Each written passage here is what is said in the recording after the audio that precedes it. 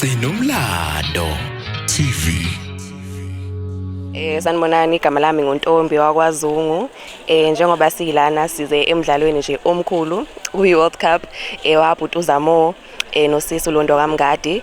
Sisuka le eGoli ngoba nje sifuna ukubonisa i-support, sifuna ukufika nje nathi iGoli sibone ukuthi yenziwa kanjani ngapha ngoba abaningi bethu suka ngale koNongoma phesheya kothukela. So nje besifuna ukufika sobona umdlalo sihlobise nathi sifike nje siyintombi kube mnandi. Yeah, sona nje ukuzohlobisa umdlalo kahle kahle.